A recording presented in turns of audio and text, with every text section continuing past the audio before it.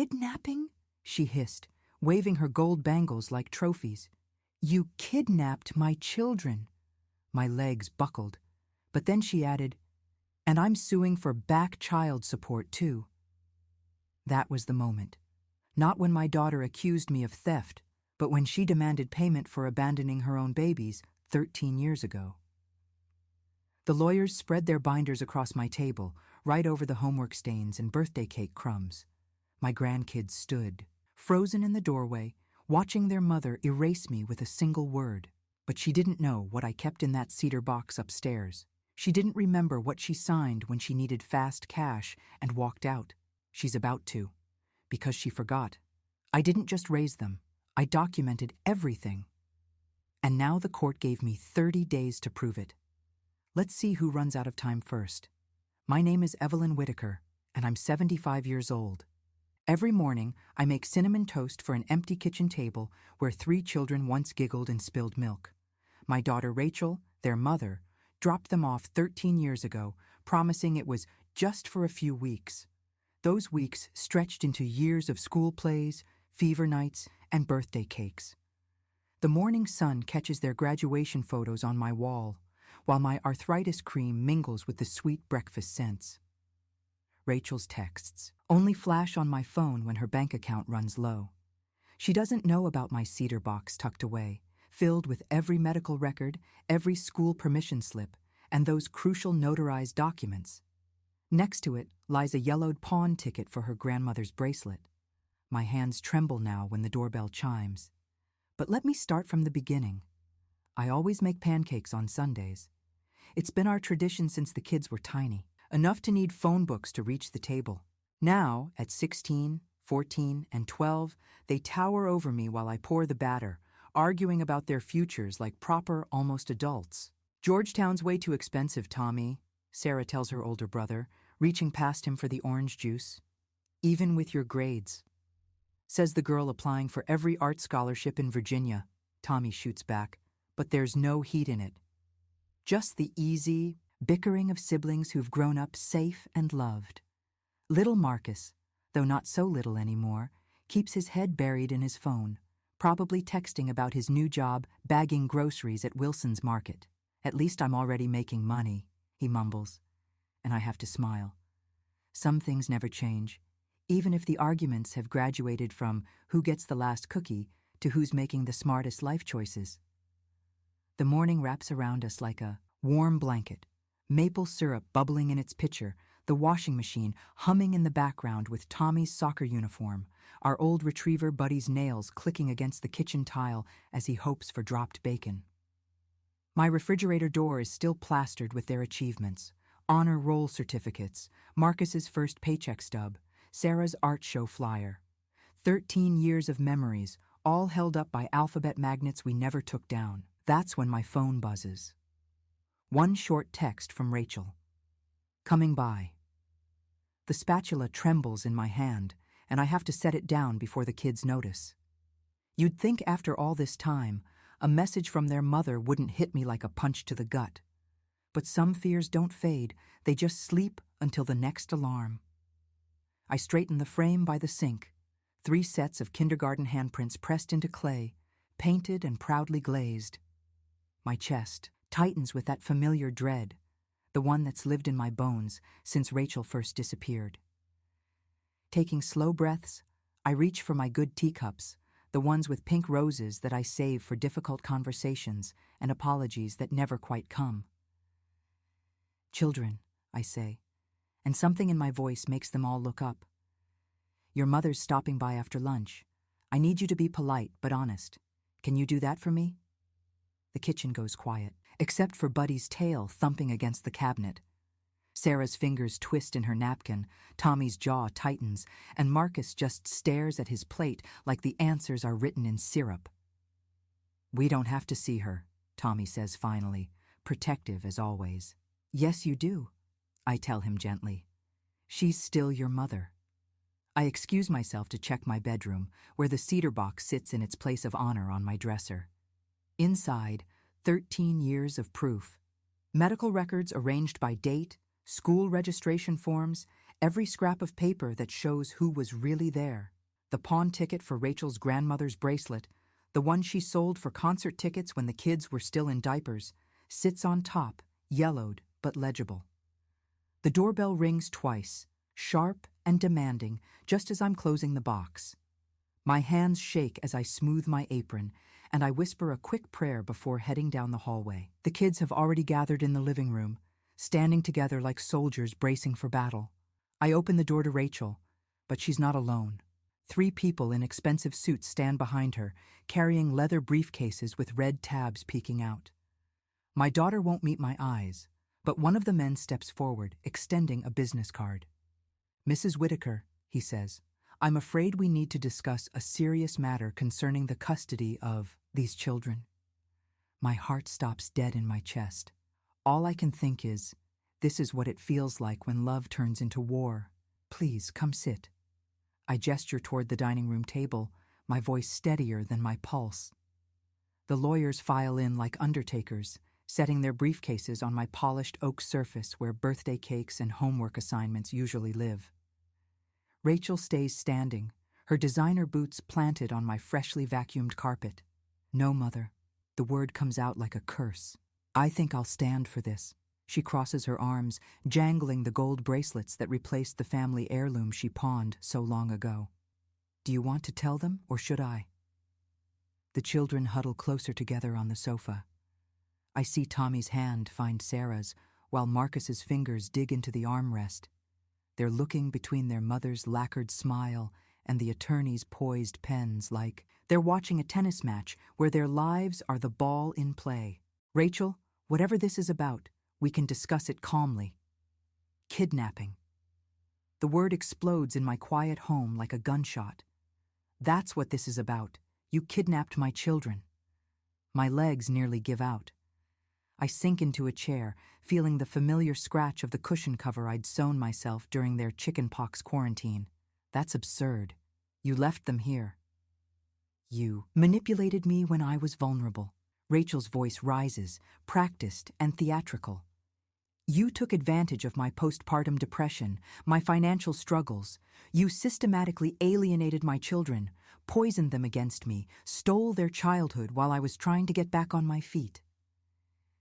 I reach for the canvas tote beside my chair, my armor built from 13 years of careful record-keeping.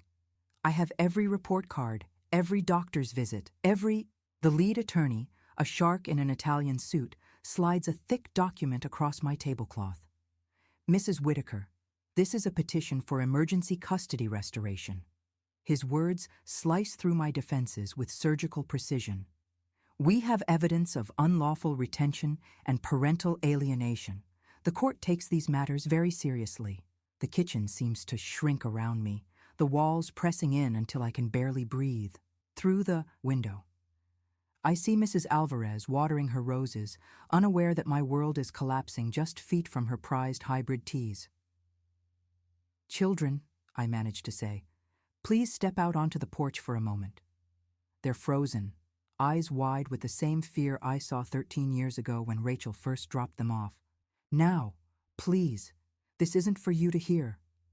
Tommy starts to protest, but Sarah tugs him toward the door, Marcus trailing behind. I pull out my phone and text Mrs. Alvarez, my fingers trembling. "Emergency. Please take kids next door." "I won't sign anything," I tell the attorneys, my voice finding its backbone. "Not without counsel present." "That's your right," the shark lawyer says smoothly. "But be advised, we're requesting an emergency hearing. The court takes a dim view of parental interference." My phone buzzes repeatedly. News travels fast in our close-knit community. I see messages from my prayer circle, my garden club, names I've known for decades. Their sympathy wraps around me like a shawl, but it can't warm the chill settling in my bones. The attorneys pack up their briefcases, Rachel already strutting toward the door. A young man I hadn't noticed steps forward. A process server, I realize with sinking clarity. He hands me a stamped document, tomorrow's date circled in harsh red ink. My knees finally betray me. I grip the table edge, feeling the smooth wood that's hosted countless family dinners. The same table where I helped with multiplication tables, bandaged scraped knees, and pieced together college applications. Now it's the only thing holding me up as my daughter walks out again, this time taking my security with her. Through the window, I watch my grandchildren huddled on Mrs. Alvarez's porch, their faces pale and confused. Just this morning, they were arguing about colleges and jobs. Now they're watching their world crack apart, and I don't know if I'm strong enough to hold it together. I met Mariah Patel as the sun was just starting to peek over the courthouse steps. My canvas bag felt heavy with 13 years of memories reduced to paper, and the thermos of coffee in my hand was about as weak as my nerves. Still, there was something reassuring about the young public defender's firm handshake and no-nonsense blazer. "Mrs. Whitaker," she said, leading me to a wooden bench in the nearly empty hallway. "Let's go through everything before the hearing. Start from the beginning. You know how some memories feel like they happened yesterday?" I could still smell the baby powder on Marcus's neck, feel Sarah's tiny fingers gripping mine during her first fever, hear Tommy's triumphant giggle when he finally mastered tying his shoes. Rachel, my daughter, dropped them off on a Tuesday morning, said she needed a few weeks to get her head straight after her divorce. The youngest was still in diapers. I pulled out folder after folder as I talked. First day of school photos, report cards with gold stars, doctor's notes about growing pains and seasonal allergies, PTA meeting minutes where I'd served as secretary 4 years running. "You've kept excellent records," Mariah said, but her expression was guarded. "The challenge is going to be legal standing. Judge Morrison, he's presiding today in courtroom 4B, he's going to want to see documentation of your authority to make decisions." Morrison. My coffee went bitter in my mouth. Everyone knew he was tough on family cases. "He'll likely issue temporary orders today." Mariah arranged papers into neat piles. "We need to be prepared for various scenarios, including supervised visitation or even temporary placement while we build our case." The word temporary made my hands shake. I excused myself to call the kids, stepping near a window where the reception was better. "There's lasagna defrosting in the fridge," I told them, trying to keep my voice steady. "I'll be home by dinner, I promise. Mrs. Alvarez will check on you at lunch." When I walked into courtroom 4B, Rachel was already there, surrounded by her legal team, like a queen with her court. She'd brought a photographer who kept adjusting his phone angle, probably for whatever social media campaign she was planning. The morning light through the high windows caught her jewelry, all new, all expensive. I took my seat beside Mariah, focusing on the grain of the wooden table in front of me. Judge Morrison's entrance made everyone rise, and then it began. My testimony felt like whispering into a storm. I spoke about midnight fevers and homework struggles, about saving for braces and college funds, about building a life one permission slip and packed lunch at a time. Rachel's performance was, well, you've seen those daytime TV shows where everyone's competing for who can cry the loudest? She hit every dramatic note, the struggling young mother, the manipulative parent, the victim of circumstance. I kept my eyes on Judge Morrison's pen, scratching notes I couldn't read, refusing to meet Rachel's smirking glances. Having reviewed the preliminary evidence, Judge Morrison's voice filled the courtroom. "This court finds cause to proceed with a full hearing. Mrs. Whitaker will have 30 days to present comprehensive evidence of legal standing and proof that maintaining current custody serves the children's best interests." The gavel crack made me flinch. 30 days. Just 30. Days to prove that love and dedication outweigh blood and legal technicalities. As we filed out, Rachel caught my eye and mouthed, "Tick-tock," with that same smirk she'd worn when pawning her grandmother's bracelet. My phone buzzed in my pocket, a calendar notification automatically adding the deadline, day 30 marked in threatening red. I found myself in the stairwell, gripping the metal railing.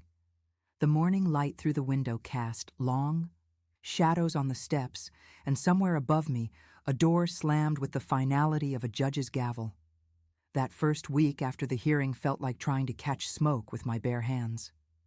Every morning, I'd wake before dawn, my joints creaking as I sorted through 13 years of memories, trying to turn love into evidence. You'd be amazed how much paper a life generates. I had 3 boxes just for Marcus's allergies. Every prescription, every emergency room visit, every school nurse notification. Sarah's dance recital programs filled a whole folder, along with the receipts for countless pairs of ballet shoes I'd carefully broken in. Tommy's baseball stats and academic awards needed their own binder. Dr. Patterson, their pediatrician since they were babies, wrote a beautiful letter about continuity of care. Mrs. Whitaker has never missed an annual checkup, he noted. Her attention to their medical needs has been exemplary. I nearly cried when he refused payment for the notarization. The teachers were trickier. Some had retired, others moved away. But Mrs. Rodriguez, who taught all 3 kids at different times, came through with a detailed affidavit about my involvement in their education. Present at every parent-teacher conference, she wrote. Volunteered for field trips, despite her arthritis. Pastor Mike and his wife contributed letters about our regular church attendance, Sunday school participation, and my work in the youth ministry. Even old photographs had to be dated and certified, Christmas mornings, birthday parties, award ceremonies. Each documentation request came with a fee that made my savings account shrink like ice in summer. Then the whispers started. It began with emails, neighbors forwarding me messages they'd received from Rachel's attorneys. The concerned reports painted me as some kind of manipulative monster who'd isolated the children from their mother, called me controlling, unstable, possibly dangerous. Mrs. Alvarez next door showed me one that suggested I might be suffering from age-related cognitive decline. Dios mío, she muttered, deleting it. That girl needs her mouth washed out with soap. The grandkids knew something was wrong. How could they not? But I kept their routine as normal as possible. Still made Tommy's sandwich with the crusts cut off, just the way he likes it. Drove Sarah to her hostess job at the Italian restaurant. Helped Marcus polish his college essays. When they asked questions, I gave them what truth I could. The adults are sorting out adult messes, I'd say, checking homework and maintaining curfews like always. Each normal moment was another piece of evidence for the court. File. Stability in the storm. By Friday, my bank account was gasping. The mortgage officer at First National, I'd known Jim 20 years, looked uncomfortable as he slid the home equity paperwork across his desk. The rates aren't great right now, Evelyn, he said softly, but it would cover your legal fees. My hand shook so bad I could barely hold the pen. Arthur and I had paid off this house before he passed. The thought of risking it now. But what choice did I have? I sat in my car afterward, forehead pressed against the steering wheel. Oh, Arthur, I whispered. I could use some of your strength right about now. The autumn breeze carried a hint of his favorite pipe tobacco, or maybe that was just memory playing tricks. Pulling into our driveway, I spotted something fluttering on the mailbox. More of Rachel's handiwork, gossip flyers taped up like some kind of yard sale announcement. I ripped them down, my breath coming in angry bursts, and that's when my phone chimed. Rachel's text glowed up at me. You can't win this. I was still staring at those words when my email pinged. From the court clerk, cold and official, status hearing 2, scheduled for next week. Just like that, another chunk of my precious 30 days vanished into the system's maw. My fingers crumpled the flyers into tight balls. Through the living room window, I could see the kids doing homework at the kitchen table, Sarah helping Tommy with math, Marcus typing on his laptop. Just another normal afternoon in the home we'd built together. The home I had to somehow prove was theirs. I'd organized everything in colored binders the night before. Blue for medical, green for education, and yellow for community. Each tab was labeled in my best handwriting, every document arranged chronologically. The weight of them in my arms felt like armor as I walked into hearing 2. Rachel's legal team had set up some kind of projector. Should have known they'd put on a show. My arthritis was acting up something fierce, but I kept my spine straight in that hard courtroom chair. You learn to carry yourself with dignity when you're fighting for what matters. The first images flickered onto the screen. Rachel on a yacht, Rachel at a spa, Rachel hiking in Nepal, all carefully filtered to hide the years, all tagged with phrases like personal growth journey and finding my authentic self. Each caption made my stomach clench tighter. My client, her lead attorney announced, has spent these years becoming the mother these children deserve. I couldn't help but glance at the medical binder. Inside was Tommy's vaccination record. He'd been terrified of needles, but I'd held his hand through every shot. The prescription logs for Sarah's asthma medication, Marcus's orthodontist payment plans. Mrs. Whitaker's obsessive documentation, Rachel's lawyer continued, pulling up more slides, demonstrates a concerning pattern of control. Obsessive? I'd kept those records because someone had to remember which antibiotics Marcus was allergic to, which foods gave Sarah hives, because that's what mothers do, the real ones anyway. She monitored their every movement, the lawyer went on. School pickup times logged to the minute, daily medication checks well into their teens. This level of surveillance suggests... Those check-ins, I interrupted, my voice steady despite my racing heart, were recommended by Dr. Patterson after Sarah's severe asthma attack in 2019. I can cite the exact date and his direct quote, if you'd like. The judge leaned forward. Mrs. Whitaker, your documentation appears quite thorough. However, Your Honor, Rachel's attorney cut in, we have concerns about the children's testimony being influenced by their grandmother's intensive presence. I squared my shoulders. I request any interviews be conducted by a court-appointed therapist, I said. Not in courthouse hallways or parking lots. A burst of giggles from the back row made me turn. Two young women, Rachel's friends from her yoga studio I'd learn later, were holding up phones, recording. One whispered something about granny drama going viral. The judge noticed too. No recording devices in my courtroom, he barked. Clear the back row. Small victories feel mighty some days. In the end, we got what we wanted. Neutral evaluation ordered. The kids would speak with a professional. But the judge's warning rang in my ears. This doesn't extend any deadlines, Mrs. Whitaker. The 30-day window stands. I was still absorbing that when my phone buzzed in my purse. Another email from Mariah Patel's office. Retainer depleted. Additional $5,000 due within 72 hours to continue representation. The elevator seemed to take forever going down. I found myself counting in my head. Heart medication, $2 $18 monthly, groceries for 3 teenagers, roughly $800, electric bill due next week, 163 hours. The mortgage equity loan was still processing. My savings account held less than $1,000. 72 hours. 3 days to somehow find $5,000 or risk losing my lawyer just when we'd made progress. The elevator finally reached the ground floor, and I clutched my binders closer. Who could I call? The church's benevolence fund might manage a few hundred. My sister in Arizona was on a fixed income herself. Arthur's pension barely covered our monthly expenses as it was. Standing in the courthouse lobby, watching Rachel sweep past with her entourage of attorneys and influencer friends, I felt every one of my 75 years. The binders suddenly weighed a ton. 3 days, 72 hours. The clock never stopped ticking. That antique shop had barely changed in 13 years. Same dusty bell above the door, same faded "We Buy Gold" sign, even the same tired-looking fern drooping in the window.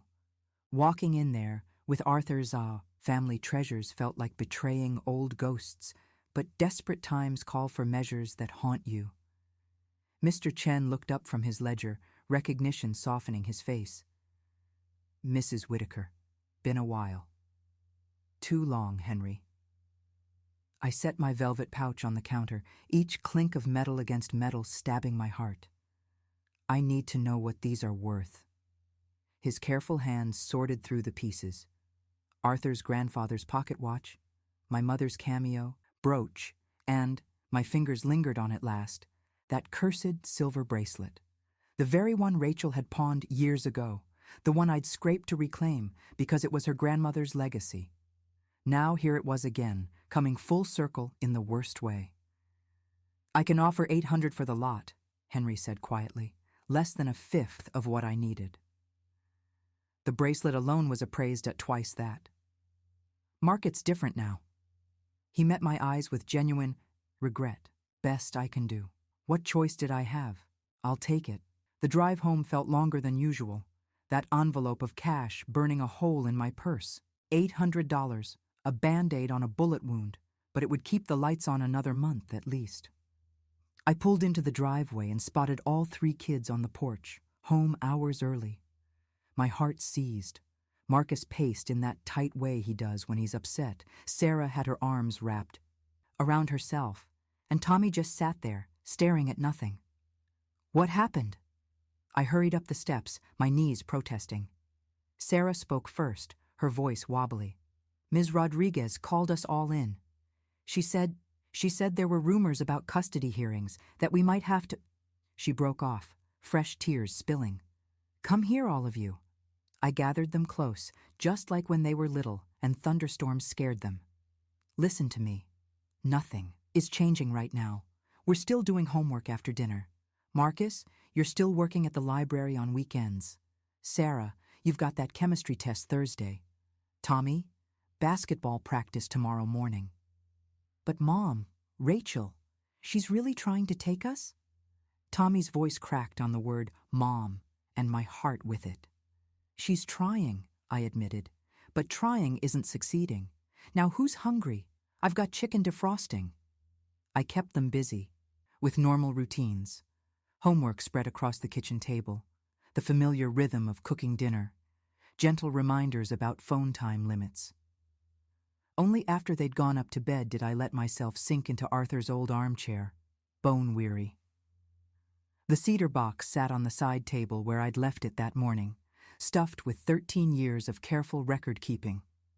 Might as well update the files while I waited for Mariah to respond to my desperate email about a payment plan. I sorted through folders, adding today's pawn receipt to financial records. A manila envelope slid out from the bottom, yellowed with age. Arthur's precise handwriting caught my eye. House, guardianship, notes. Thunder rumbled outside, making me jump. The weather matched my mood, but these files needed organizing. Still, that envelope. I set it aside. Dishes first, laundry to fold. The discipline of routine had gotten us this far. My phone chimed, a court notification. My hands shook as I logged into the portal. Rachel had filed for immediate transfer, hearing set for next week. The room spun slightly as I read the details, my chest tight. That envelope drew my eyes back like a magnet. Arthur had been so methodical about legal matters, even at the end. What had he tucked away in there all those years ago? The clasp was brittle under my fingertips. Inside, I found 2 pieces of paper. A notarized letter in Arthur's hand, and what looked like an official document, complete with the county seal. My hands trembled as I spread the documents across the dining room table, switching on the overhead light to better see Arthur's careful handwriting. The first page was a notarized temporary guardianship consent form, dated exactly 13 years ago. Rachel's signature sprawled across the bottom, witnessed and stamped official, but it was the second document that made my breath catch, a debt agreement from some place called Fast Cash Solutions.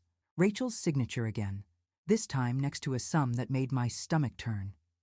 $25,000. My eyes caught on a paragraph of dense legal text, and I leaned closer, squinting through my reading glasses. Upon receipt and successful negotiation of funds, signatory hereby acknowledges and accepts permanent transfer of guardianship rights as detailed in accompanying document. The words blurred as tears threatened. Remember when your kids were little and you'd find their lost toys in the last place you looked? Sometimes life's biggest answers hide just as quietly, gathering dust in plain sight. I fumbled for my phone, hands shaking so badly I had to type my password twice. The camera clicked as I captured every page, every signature, Every official seal. My fingers weren't much steadier as I pulled up Mariah's contact and sent the images through her encrypted client portal. But even as hope fluttered, years of careful planning reminded me we needed one more piece. The smoking gun that would prove Rachel had actually taken that money, that she'd triggered that relinquishment clause. Without it, these papers were just theory, not proof. I dialed the number still, visible on the loan document's letterhead. An automated system informed me I'd reached Bank of America. They must have bought out the original lender. When I finally got a human being, the response was predictably frustrating. "I'm sorry, ma'am, but we cannot release any account information without a court order or subpoena," the representative recited. My chest felt tight, but I refused to let disappointment win. Instead, I pulled out a fresh binder, labeled it Financial Trail in my steadiest writing, and began a new list. The kitchen timer beeped, dishes still waiting in the sink. I moved through the familiar motions of washing and drying, my mind churning through possibilities. The store might be gone, but paper trails rarely vanished completely. Someone somewhere had to have recorded that transaction. My phone buzzed with 3 rapid texts. Marcus, finishing math HW. Sarah, can I have 15 more mins? Tommy, almost done with essay. I texted back, lights out at 10, cooks, no exceptions. Pancakes tomorrow if everyone's on time. Their replies came quickly, a chorus of OK Graham and heart emojis. These simple exchanges, this normal back and forth about bedtime and breakfast, suddenly felt precious beyond measure. Everything I'd built with them balanced now on finding one crucial piece of paper. The house settled into nighttime quiet. At 10:01, I heard the last bedroom door close upstairs. I returned to the dining room table, spreading my palms flat against its worn surface. The truth I'd been avoiding all evening finally surfaced. If we couldn't prove Rachel took that money, if we couldn't show she triggered that clause, everything I'd built, every routine and tradition and moment of stability, it could all disappear. The sudden buzz of my phone made me jump. Unknown number. My heart began to race as I stared at the glowing screen. I stared at the unknown number, my finger hovering over the screen. At this hour, good news rarely called, but when I answered, the gravelly voice on the other end stopped my heart for an entirely different reason. Evelyn?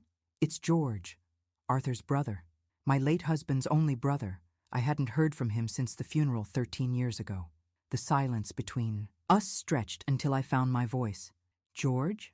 It's been a while." "Too long," he said, clearing his throat. "Listen, I heard about Rachel's lawsuit. Small town, you know how it goes. I should have reached out sooner, but..." He paused. "I've got something that might help." The dining room chair creaked as I sank into it. "What do you mean?" "I've got a friend. Used to work at that fast cash place before Bank of America bought them out. She's at the regional archives now. Those records you're looking for? They're there." My hand tightened on the phone. "George, are you sure? Meet me tomorrow at the county annex, sunrise. I'll bring everything you need." His voice softened. "I owe Arthur that much. And you." Sleep was impossible after that. I spent the night organizing files, checking and double-checking Mariah's instructions for documenting evidence. When my alarm buzzed at 5 a.m., I was already dressed and brewing coffee. The county annex parking lot was empty, except for George's old pickup truck. He stood beside it, looking smaller than I remembered, a manila envelope clutched in his hands. I offered him coffee from my thermos, and he accepted with a nod. "I'm sorry," he said quietly, watching steam rise from the cup. "After Arthur died, I just couldn't face any of it. But letting Rachel do this to you? That's not right."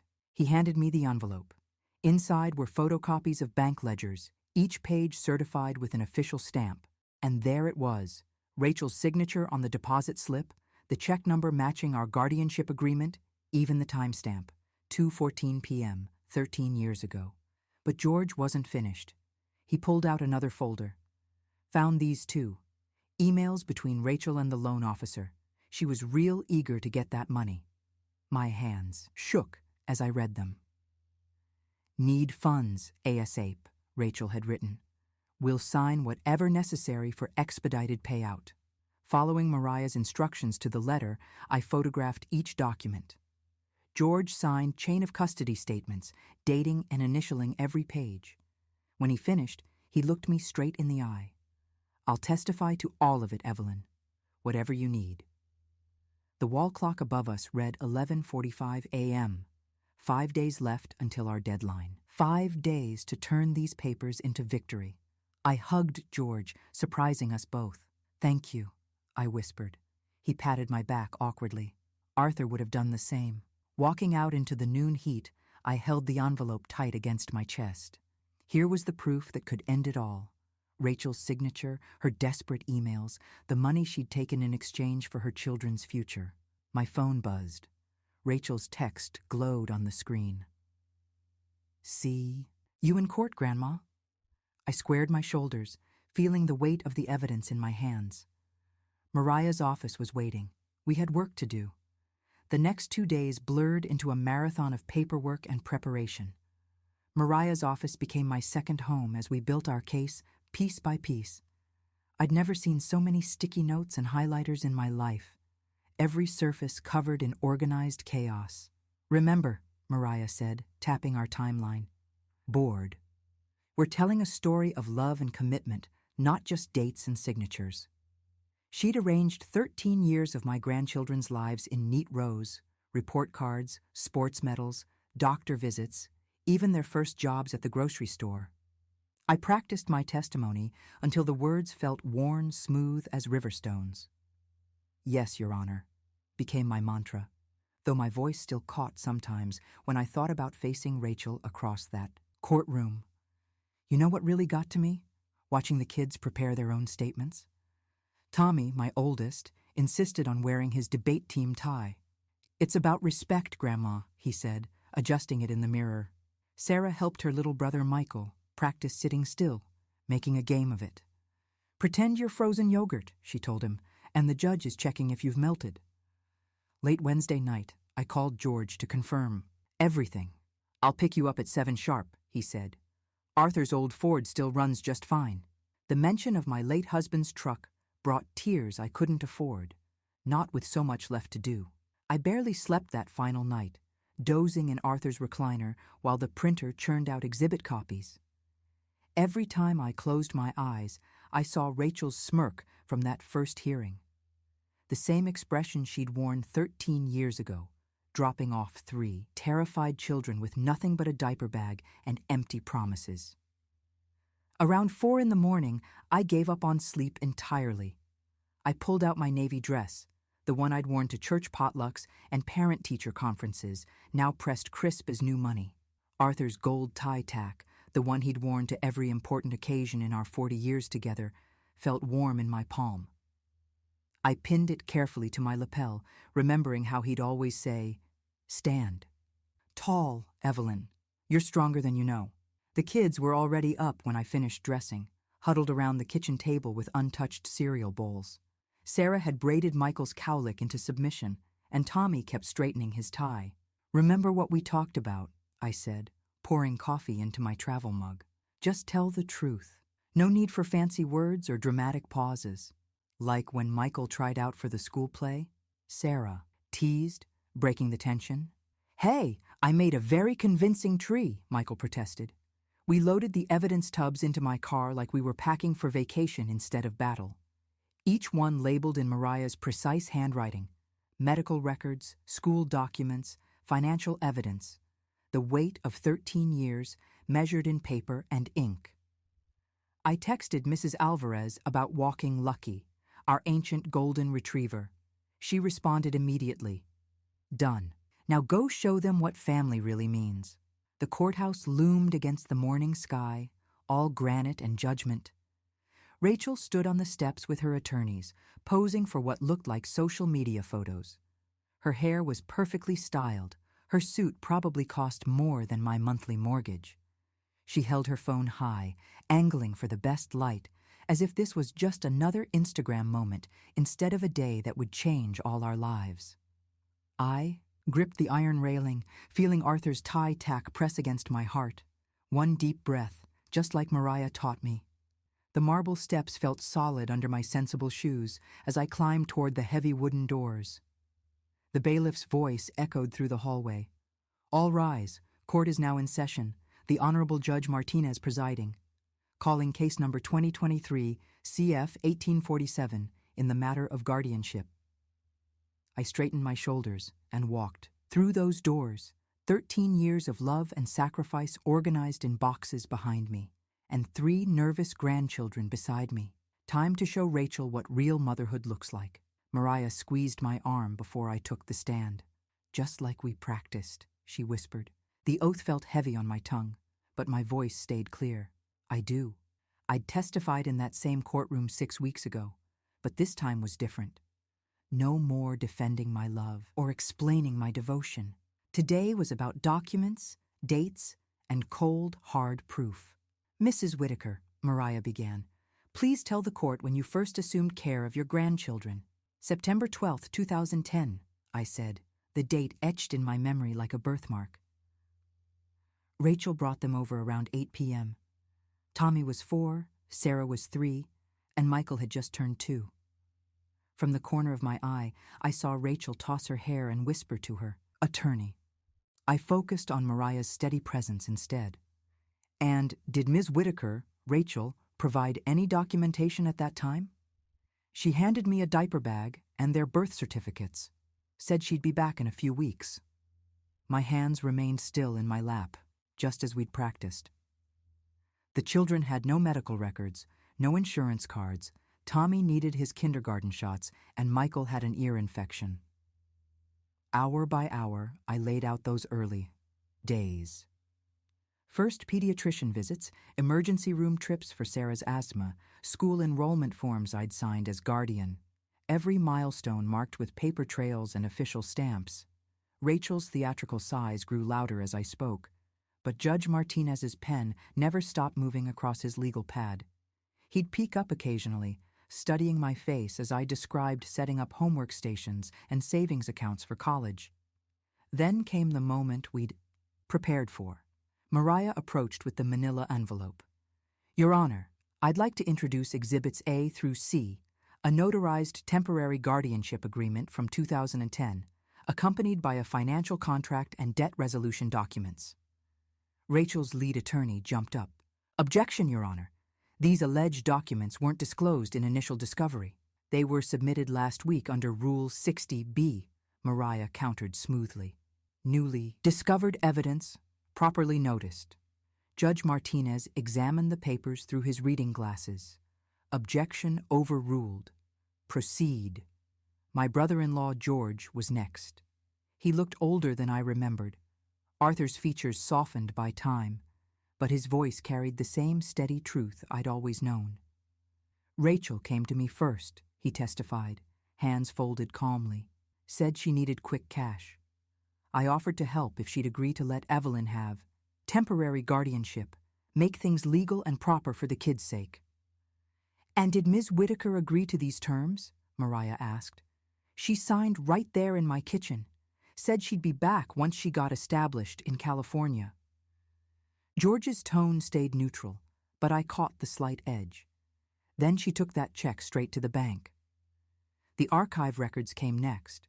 Pristine copies of bank ledgers showing Rachel's endorsed check, her hasty emails demanding faster payment.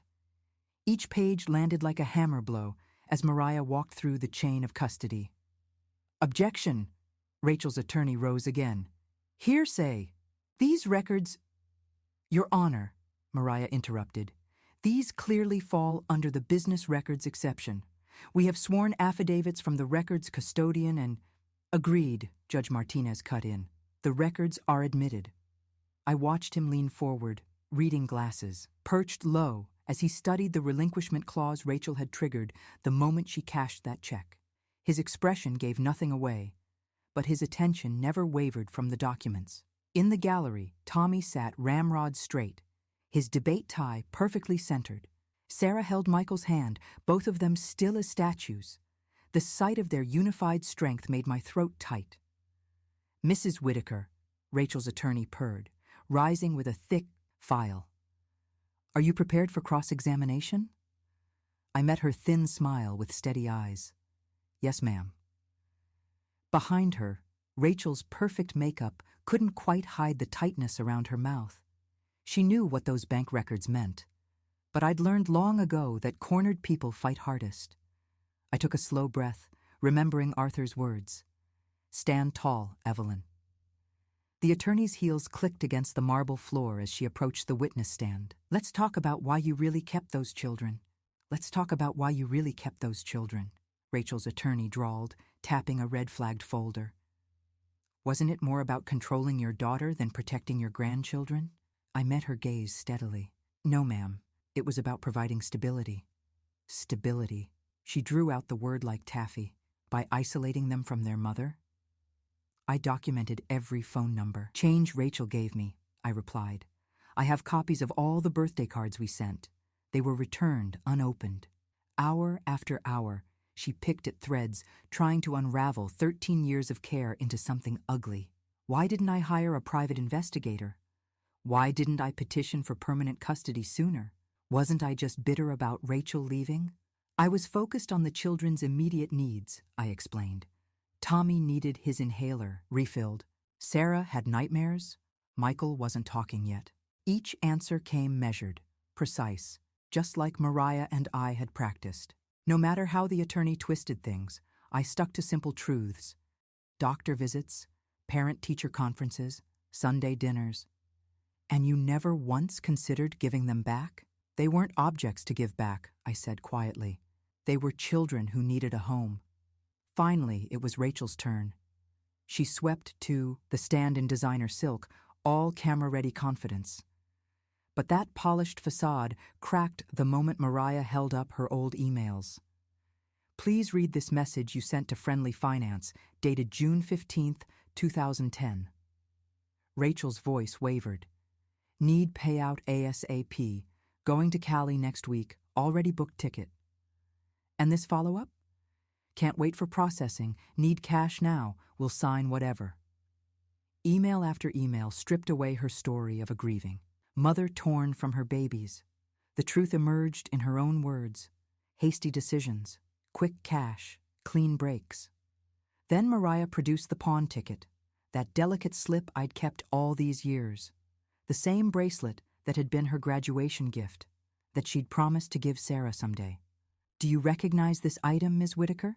Rachel's makeup couldn't hide her flush. That was a temporary situation. Like leaving your children. Objection, her attorney barked. Withdrawn, Mariah said smoothly, but the damage was done. The gallery's mood had shifted. Where there had been eye rolls and whispers, now I saw frowns of recognition. Every parent there understood the weight of choosing a plane ticket over a family heirloom. Judge Martinez removed his glasses. Ms. Whitaker, when you signed the guardianship agreement and accepted payment, did you understand you were legally relinquishing temporary custody? Rachel's shoulders slumped. I needed the money. That wasn't my question. Yes, she whispered. I understood. Court will recess for 15 minutes. I stepped into the hallway on shaky legs. The grandchildren were there instantly. Sarah pressing a tissue into my hand while Tommy folded a gum wrapper into a tiny heart. Michael just hugged me, gangly teenage arms gentle around my shoulders. Through the window, I watched rain start to fall on the plaza below. The same rain that had fallen the night Rachel left, when I'd rocked 3 crying children and promised them they were safe. Now they stood tall beside me, proof of that promise kept. The bailiff's voice rang out. All rise. Court is now in session. I gripped the back of my chair, waiting. Judge Martinez shuffled papers, cleared his throat. The room held its breath as he adjusted his glasses one final time. Judge Martinez's voice filled the hushed courtroom. Having reviewed all evidence and testimony presented, this court finds the following. My fingers pressed into the chair back as he detailed each point. The notarized guardianship agreement, the financial records, the relinquishment clause, and, most importantly, 13 years of documented stability. The petitioner knowingly and willfully signed away temporary custody rights in exchange for financial consideration, he continued. More significantly, She made no meaningful attempt to maintain contact or support the minor children for over a decade. Rachel's attorney started to interrupt, but the judge held up his hand. Furthermore, the respondent has provided clear and convincing evidence of consistent care, educational support, and emotional nurturing. The children are thriving in their current environment. He paused, looking directly at Rachel.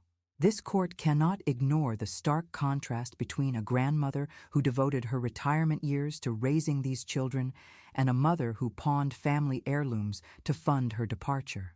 A murmur rippled through the gallery. I heard someone whisper, "Who sells their kid's future for a plane ticket?" Therefore, Judge Martinez concluded, the petition for custody is dismissed with prejudice. Permanent guardianship is hereby awarded to the respondent, Evelyn Whitaker, effective immediately. The gavel crack echoed like thunder. Rachel's perfect posture crumpled as her attorneys huddled around her, whispering about appeals and options. But the damage was done. Every person in that courtroom had watched her carefully constructed image shatter under the weight of her own words and actions. Mariah squeezed my arm. "Congratulations, Evelyn. Would you like me to help pack up the exhibits?" I nodded, still processing.